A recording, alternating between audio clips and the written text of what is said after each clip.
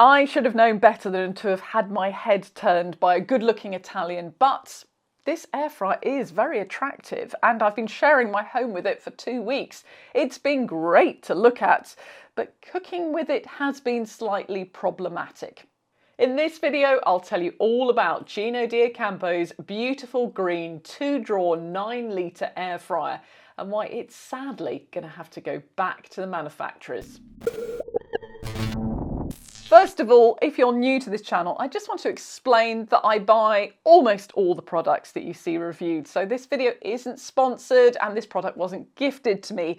And like all my reviews, you get my honest opinion of having tested this air fryer out in a real family home. So I'm going to start this tale at the beginning with the first thing that I cooked in it, which is where the problems begun.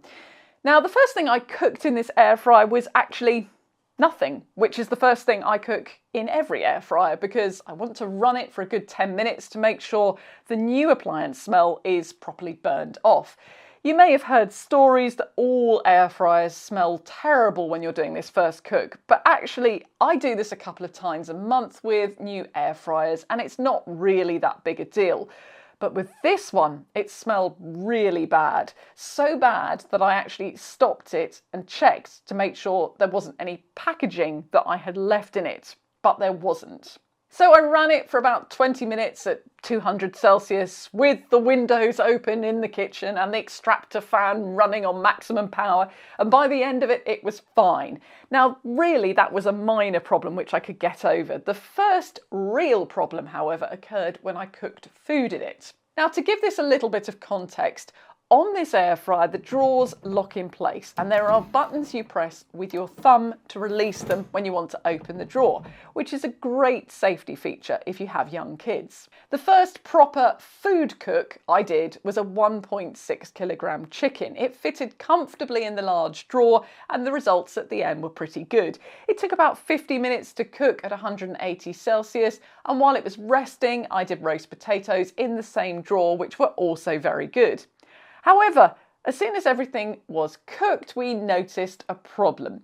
The front of the machine had warped ever so slightly. If you look at it from the right-hand side, it's still flat, but looking at it from the left and feeling along the join, the drawer is no longer aligned with the body of the appliance. And this means the lock on the drawer had stopped working after one use. You could now freely pull it in and out without the catch activating. So this was the first big problem, but not the last. But before I get into that other thing, I want to give you a little bit of background on this model and what it offers. So this air fryer is produced by Gino D'acampo, the Italian chef who most of you will know from this morning. His range of air fryers is sold by Asda, and there's 4 models in 3 colours. And even though this one is the most expensive of the 4, it's still pretty cheap for an air fryer with an RRP of £89. This colour is a pretty close match for what's known as Chartwell Green, which is a colour made famous by Winston Churchill. He used it at his holiday home, Chartwell House in Kent. It's often used on front doors and window frames. So it's a pretty savvy move of Gino's design team to create an air fryer in this massively popular colour because it's going to match the window frames in a lot of people's kitchens and therefore be quite an easy impulse buy as you wander around Asda. The control panel is nice and clear, the icons are bold, the buttons are well spaced and it's pretty intuitive to use. The touchscreen part isn't great though, the surface isn't rigid and it sometimes needs multiple presses to get it to do what you want. The control panel has the standard synchronised finish and matched cooking options which will allow you to cook items with different cooking times and let them finish together, or to set one drawer up with time and temperature and duplicate the settings to the other drawer. There's a button for preheating, but it's a standalone preset of 200 Celsius for 5 minutes, and it will turn off at the end of the time. So I think it's just easier to set up your cooking time and temperature and add 3 minutes to the duration. The food symbols along the top of the display are referred to as presets, so it's safe to assume there isn't any variation in fan speeds. These are just essentially shortcuts for pre-programmed times and temperatures.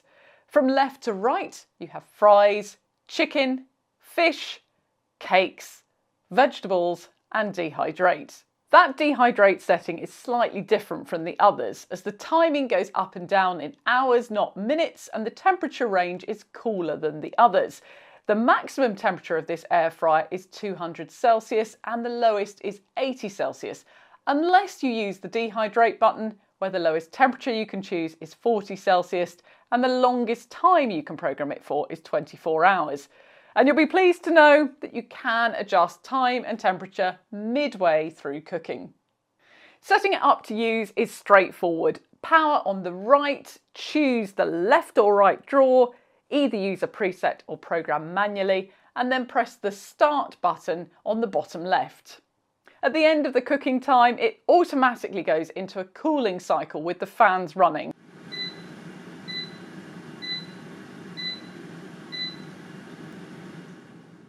This might be a good safety feature, but I just found it a little bit annoying, and it's not something I've found on a lot of other air fryers that I've tested. The instruction booklet is pretty clear and comprehensive and in a single language, which is a novelty. You also get a printed A4 coloured sheet with 2 of Gino's recipes. One of these was for air fryer chocolate fondant pudding, so I decided to try these out and see if the timings and temperature in the recipe were accurate, which isn't always the case. It says you should preheat the air fryer for 3 minutes, cook it for 13 minutes, and then leave the puddings to stand for 2 minutes. After 13 minutes, they came out of the air fryer drawer looking slightly overdone. But they don't say the proof is in the pudding for nothing.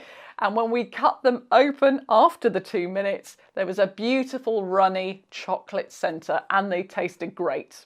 Now, of course, the puddings weren't the only thing I cooked. I tried a variety of different things, most of which turned out well. But as the days went by, I started to see a pattern forming with some of the results. Take, for example, this cake, which is a recipe I regularly cook. I could only fit one of the tins in the larger drawer of Gino's air fryer, so I decided to use my Kasori dual drawer at the same time to cook the other half of the cake on the same settings. And when the time was up, this is what the one in Gino's air fryer looked like. Meanwhile, over the other side of the kitchen, this is what the one in the Kasori looked like.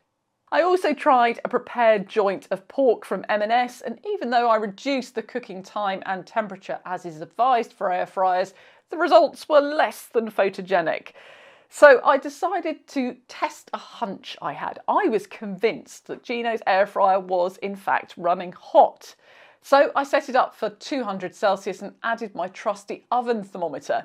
And after 10 minutes, it had reached 215 Celsius, which for an air fryer that has a maximum of 200 Celsius is pretty impressive or slightly worrying. A couple of hours later, when everything had cooled down, I did the same test again at 170, but the thermometer read 190. And just in case the cynics amongst you are wondering if maybe my thermometer is at fault here, I did the same test on my Kasori dual basket and it was spot on 200 Celsius after 10 minutes. So talking of tests, what I also tested was energy consumption. Now, if you're new to this channel and you haven't seen me do this test before, what I do is run the air fryer from cold at 200 Celsius for 10 minutes and measure it in kilowatt hours. And here's the results of Gino's air fryer next to the Philips 3000 series air fryer, which is the same capacity and the same split with one big drawer and one small drawer. So a quick recap, we have a warped drawer that won't close after just one use and an air fryer that seems to be consistently overheating and burning food. Maybe I got unlucky with a faulty model. It is possible. On the plus side, the really good thing to see is that this air fryer does have an automatic 3-year warranty and there's no need to register your purchase. So Gino's air fryer is sadly heading back to Asda, which is a shame because it looked great in the kitchen. If you've bought one and had a similar or totally different experience to me, please do share your thoughts in the comments because I'm sure people looking at buying it will find it really helpful.